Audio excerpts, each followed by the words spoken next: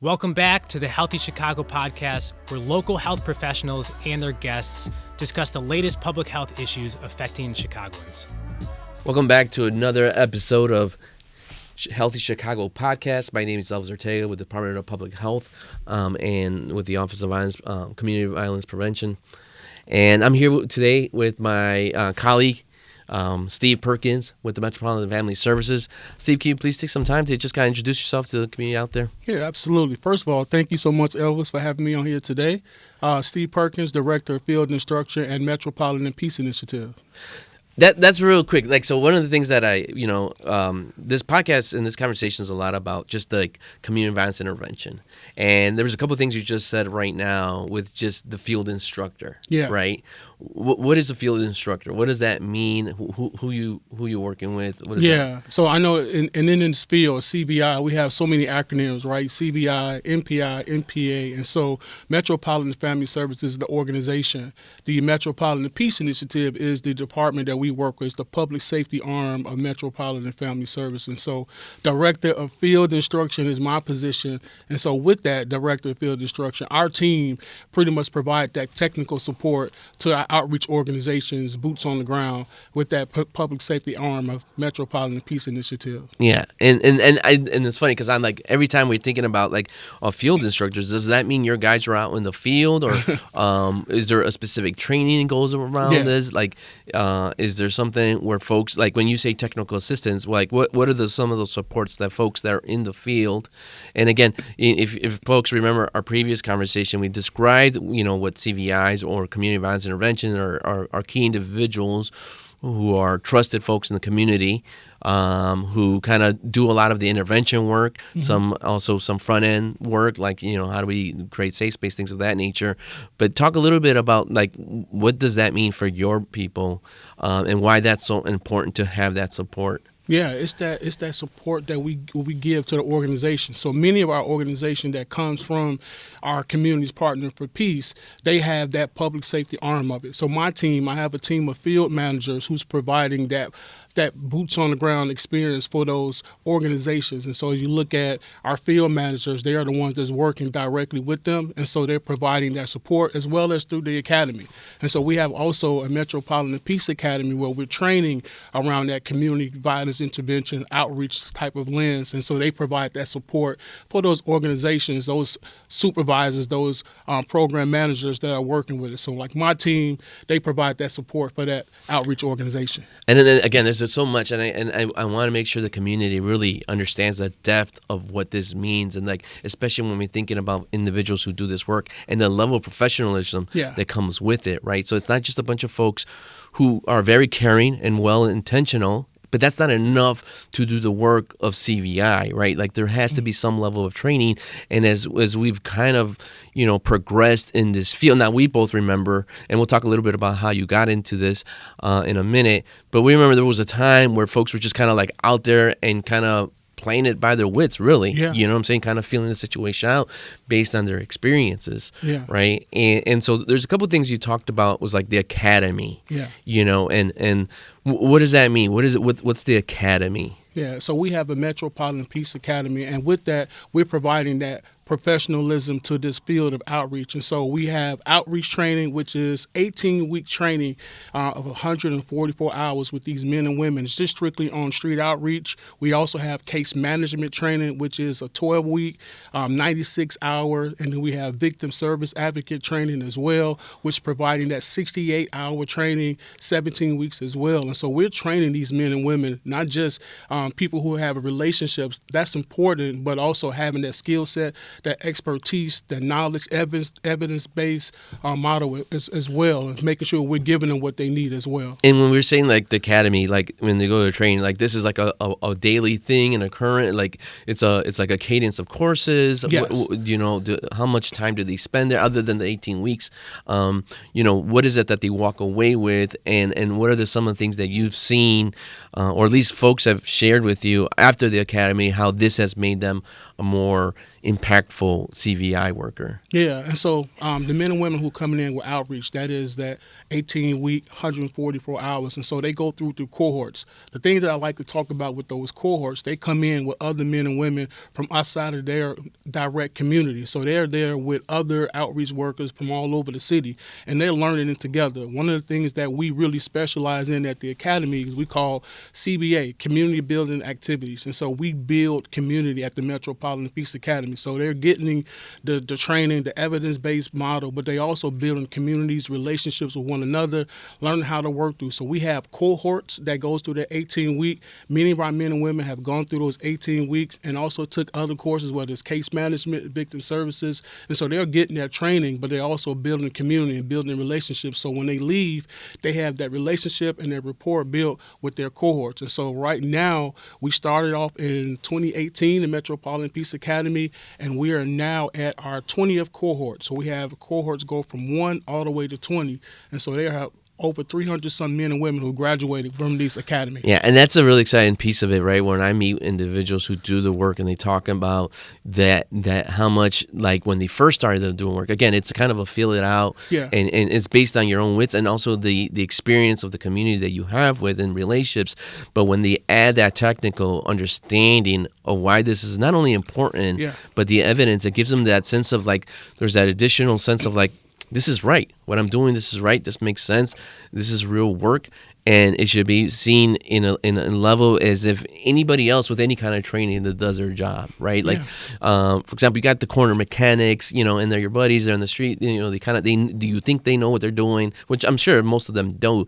But it's a different kind of mechanic when they've gone through some kind of programming, and so there's a different level of pride that comes with that too, right? So very similar, I think, with a lot of these individuals in the academy. I would love to go back a little bit. Let me start back and talk a little bit about how you got into this work. We've been around for a while now, and I know you've been in some organizations prior to this. So just if you can kind of bring us around and kind of share what your trajectory through this space has been, would be great. I think that I appreciate that question. And my role with CBI and into this particular field, it's a humbling role. I think I started off from college playing football and got into this work as a form of ministry. And one of the things that I learned very early on in this particular field is that people don't care how much you know until they know how much you care. And so there was a level of care that I brought to the work. However, I didn't have what we call in this particular field is license to operate. And so I didn't have that license to operate. I didn't have that relationship that a lot of our men and women have, but I did have a high level of capacity to care. And so my role was caring for a lot of the men and women that are coming into the community. And so I use that to be able to propel me into this particular field. And so I use that to working with the men and women that we have now and being able to survive in this work for over 20 years. Yeah, and not only survive, again, you've thrived because, again, your role is, when you're thinking about like field director, but there's a lot of instruction, right, in that space. And how did you see, when you first started this work to where we're at today, what have you seen kind of in the idea of instruction and the idea of professionalism? How has that grown? How's that expanded? And how did you participate along that way? Yeah, my route at that time, when I knew that street outreach wasn't my path, I found the lane in reentry. And so I did a lot of work in community violence intervention in the reentry field. So I went inside the institution and I learned how this work progressed and evolved just from street outreach level. So I knew, someone told me a while back, they said, if you are in need of open heart surgery, would you want a person to perform the surgery on you who's also had the surgery, who can relate to you just because they had the surgery? Or would you want a doctor or a physician who may not have gone through the surgery but have the expertise and the knowledge to get you through that surgery? And so that helped me also in this particular field because, like, I may not have the same experience, but just because of my work history, my experience in this work, my study, being able to see things and understand the systems that they were fighting against, I was able to help them from a different lens. And that was my lane, reentry and I built my way up from reentry outreach worker to a coordinator to a director. My last role at my previous organization was a director over violence prevention, and it led me to where I am now with Metropolitan Family Services, where I'm the director of field instruction, not just for one community, but several communities across the city of Chicago. Yeah, and I think there's a couple things that you said there that are really important, because a lot of folks always ask me, it's like, well, how do I get into this work, right? And especially if you don't, similar to you, I agree. My experience is very similar to yours, where I got into the space, though I did have some, as a lot of us do, some connecting personal experience, and there was some level of LTO. It wasn't the same. I wouldn't say it was as, there was definitely a glass ceiling to my experience, right? Mm-hmm. Let's put it that way. It wasn't as authentic. You know what I mean? I keep telling everybody, it's like I dipped my fat toe in it, and I was like, this ain't for me. And yet, when I walked away from that lifestyle per se, I knew that I left some folks back, and it like there was this sense of like I need to figure out how to bring them along, right? And so, and knowing that I didn't have the authentic relationships that they needed at times to manage some very difficult situations, I found different ways to support those who did have that authentic. And I think me and you very much serve that role in a lot of ways, right? I don't, one of the things I love about our relationship, and not only our friendship and also our experiences, is like we don't pretend to be something we're not. Absolutely. And I think people are very aware. Now, we're very informed of what's happening. There's not a lot that happens that we're, I would say surprised or, I'm saying, we're very conscious and of the world that we work in, and we're very familiar with some of the constraints and challenges in the space. But that authentic experience, for whatever reason, and to our, thankfully, we didn't have to have those authentic, that comes with something, right? Yeah. You don't get those authentic experiences and you just walk away and it's like a Disney story. Like, this is not an after school special, right? Yeah. Some of the folks have gone through this, unfortunately, have paid some some difficult debts, to society and other folks, and so there can be there could be that, again, there's this glass ceiling, but again, how do I support those who do the work, right? And I think that's a big piece what I do. And so you've kind of highlighted how you came through this space again, and I think the biggest thing that you kind of hit on is like, well, why should somebody who doesn't have that authentic experience, like, why should they be part of this space? And what you said is because I cared, and folks knew it. It was a very valuable, tool in itself, because that will get you into this space more than anything. Yeah. What I mean? Like cloud chasing, we see that from a mile away. Yeah. But like the actual authentic sense of caring for those in this space, and specifically the clientele. Yeah. Right? Because this is not an easy clientele to kind of at times uplift. Right, like this is very challenging. Like, why are you working with these gang members? Like, that's literally what I hear, right? And then trying to, express that and explain that to folks, it can be a little challenging. So sometimes I think that's where we come into this frame, right? For whatever reasons, we might be able to communicate this differently, not better, but differently. So I, just kind of recapping some of the things you're saying. What are your thoughts on, like, as again, looking back at where we've been in your time, and where we're going, you talk about the 18-week course. Like, why is that so important? Why is the professionalism of this space so important? Yeah, I think and this is what we talk to people at the academy. Like, you come in and you're looking at this like this is a job, or this is like this is a profession. Like, we need to lift up the standards and the expectation. There's a common language, a common theme that we have when we communicate this work. We got to be able to, one, articulate it for ourselves, but then to others. And so how are we going to expect others to look at us differently or as professionals if we don't have a professional language, if we don't have a professional understanding? How do we interact or engage with law enforcement? How do we interact and engage with the community? All of those things are being taught throughout those 18 weeks. And so when they leave out, when you know and believe that you're a professional, then others can take you seriously as a professional as well. So I tell them, like, you may walk in and look at this as a job, or workforce, but this is a profession. Like, I've been able to do this work over 20-something years, and I'm still in the work. And so this is a real life profession. And I think one of the interesting pieces is, like, and I talk about, like, the ecosystem of this work, right? There's so many pieces to this, right? You can definitely, some key pieces, like, employment and education and case management and victim. There's some key components, but there's so many other ways to kind of support this space. And one of the things that you talked about, like the professionalism, like, if we want folks to see, I see outreach workers as frontline, first line responders. I don't see them very different from an ambulance driver. You know what I'm saying? Like, to the point where, like, if there's an incident, that's where we're going. Right. And when we show up, and when I say we, I mean these folks that do this work, when they show up, right, there's going to be, like, think about the first responders are there. There's police, there's like medical professionals, whether it be an ambulance, there's firefighters, and then there's the outreach workers in their vests. Right. And I think it's important that folks understand that, like, when they show up in their vests, it's not just them showing up to see what's happening and kind of, it's not about, like, I don't know how to explain it to people, but it's not about being a someone that's just watching or being an audience. It's not about that. It's about equally engaging in either the prevention or the retaliation. And alleviate some of the suffering. Yeah, like, you're equally engaged as anybody else in that uniform there, right? It's not something you're just like, oh, that happened, that's terrible, I'm walking. You're not a spectator. Yeah, and it is organized in the strategy and it's taught. So when we come onto a scene, like, they know exactly what to do, and that's trained and talked about at the academy. So when there's an incident that's taking place, we know exactly who to go to, who to reach out to. The strategy that's behind it is not by accident. Right. It's intentionality behind it. And so that vest may represent who they are, but there's strategy and there's lessons that's been taught in that particular setting to make sure that we are part of that process. We understand law enforcement have a role, ambulance, they have a role, but outreach have a role too. Yeah.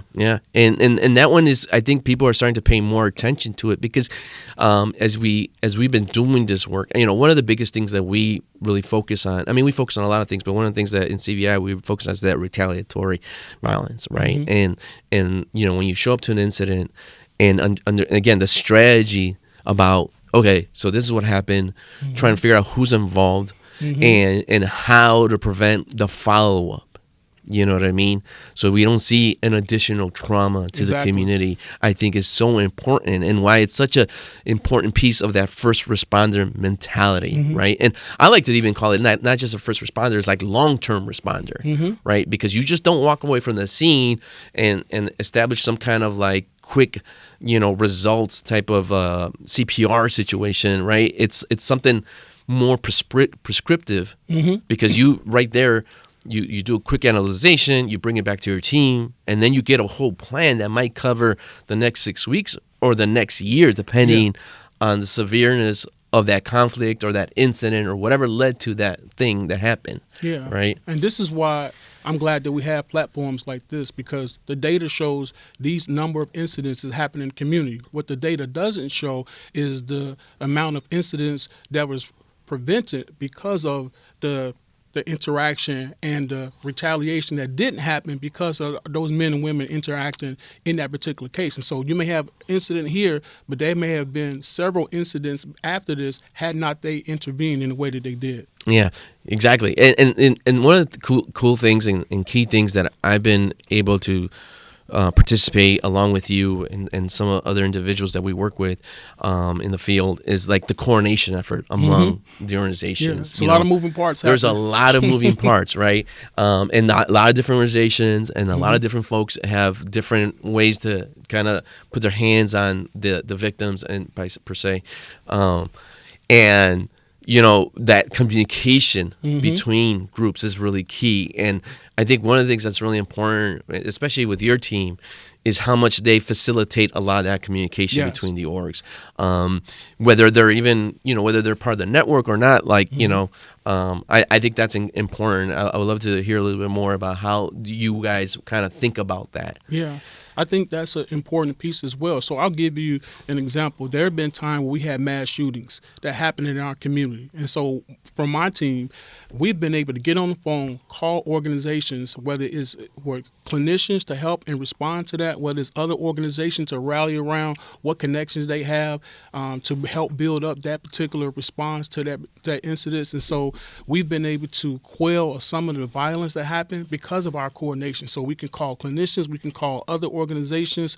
We've organized and coordinated, as you know, mass canvassing response where we can actually respond to shootings and incidents that happen. And so, as we said, there's a lot of moving parts, but that central theme is our field team who has the pulse of the community and the ground, but then also of those other elements that's working with that CBI ecosystem. Yeah, one of the really cool, unique things about your team and about the work you guys have, obviously, a lot of those individuals, I always find it interesting, a lot of those individuals that do the field work, I think about the Dre's, the Jessies, everybody on the team, obviously, they're very well connected to their little area of the community. Mm-hmm. In fact, they're citywide in a lot of ways, but they have an actual expertise, and it's funny because when they see them in the field, they're probably the most popular guy on the block sometimes. Yeah, it's funny to see them work, right? And they can go between different organizations. And a lot of those, and I think, again, because a lot of those individuals have those authentic experiences that follow them throughout their history, right? I think it's so important. Talk a little bit about the importance of LTO, and if you could explain LTO again, of having your field workers also have that LTO. Yeah, so LTO, license to operate. So we know in our community, this work in CBI is a relational-based work. Yep. And so that's the reason why I wasn't as effective. My relationship, as you know, it wasn't as authentic as many of our men and women who do it boots on the ground. But as far as our field managers, they have that LTO. They can have license to operate in those communities, not just with the communities, but also the outreach workers and the organizations in those communities. So each one of our field managers, the zones that they're working, they cover a zone which covers 3 or 4 of the communities within our Communities Partner for Peace. And so what they do is they provide that technical support around street outreach, but they also know the communities because most of them come from those communities. Yeah. So the Dre's, the Jesus, those, they come from the community that they're actually working in now. So they know the young men in in those communities. They have relationships with those young men as well. And so they leverage those relationships in those communities as well. Yeah. And again, you I can sit here and talk about the several individuals on your teams. And one of the things that I really appreciate about the work that you do and how you support these individuals, there's a lot of outside, like they consistently are working in different ways to connect with community. I think of Bodil, who is constantly looking for different ways to communicate citywide. So you have definitely a large breadth of individuals on your team who can do a lot of different things. Talk about like how important it is to be versatile in this space as we lead folks through these conversations, as we, how do we get to the next point? Yeah, I think that's something that we really stress at the Academy. One of our pillars is to professionalize this field of outreach. You have to always be working on development. Our executive director, Vaughn Bryan, at the Metropolitan Peace Initiative, he talks about it all the time. Always working on yourself, developing your skill set, developing relationships. And so we practice what we preach, if you will, but also we encourage the outreach workers. Like, what are you working on next? What's your next move? How long do you want to be an outreach worker? So as our field managers, they have that relationship. And so people looking at them like, hey, look, this guy started off as an outreach worker. He may have been a program manager at an organization. And now he's a field manager managing several organizations and communities. And so like there's always some development, improvement in this particular work. And as you know, as you see, when you see these men and women who come from those communities and now they're in these positions and they're organizing community dynamics, it speaks to the development of our field. I think that's one of the things that you will see, at least in my experience, right? I've been in different spaces where in different professions, there's a sense of like, you do what you got to do and you kind of moving on and you're moving forward and sure, you build community. But like a key component of like all CVI work is mentorship. Mentorship. It's like you're constantly looking back. You're constantly bringing someone along. And it might not mean, not just even through the field, right? Like a lot of the guys will come through the field, right? The profession and then go do something different, right? But then they take somebody else because obviously there's not enough roles for everybody. Let's say there's 500 outreach workers, but that means there's probably like 5,000 clients. You know what I'm saying? So not everybody's going to be an outreach worker, right? But so one of the important thing that I think in outreach and CVI is that mentorship side. Talk a little bit about, some of the mentorship that you have done, like as you bring folks along and how you see it among them. Yeah, that's a great point. I would say we do that personally, informally, but also formally as well. And so at the Academy, we have not just the regular 18 or 16-week courses. We also have what we call those deep dives, where we're also developing them in other areas. So it may be a particular area they say, I want to grow in this area, whether it's literacy, financial literacy, whether it's writing, typing, whatever it is, we develop them in that way.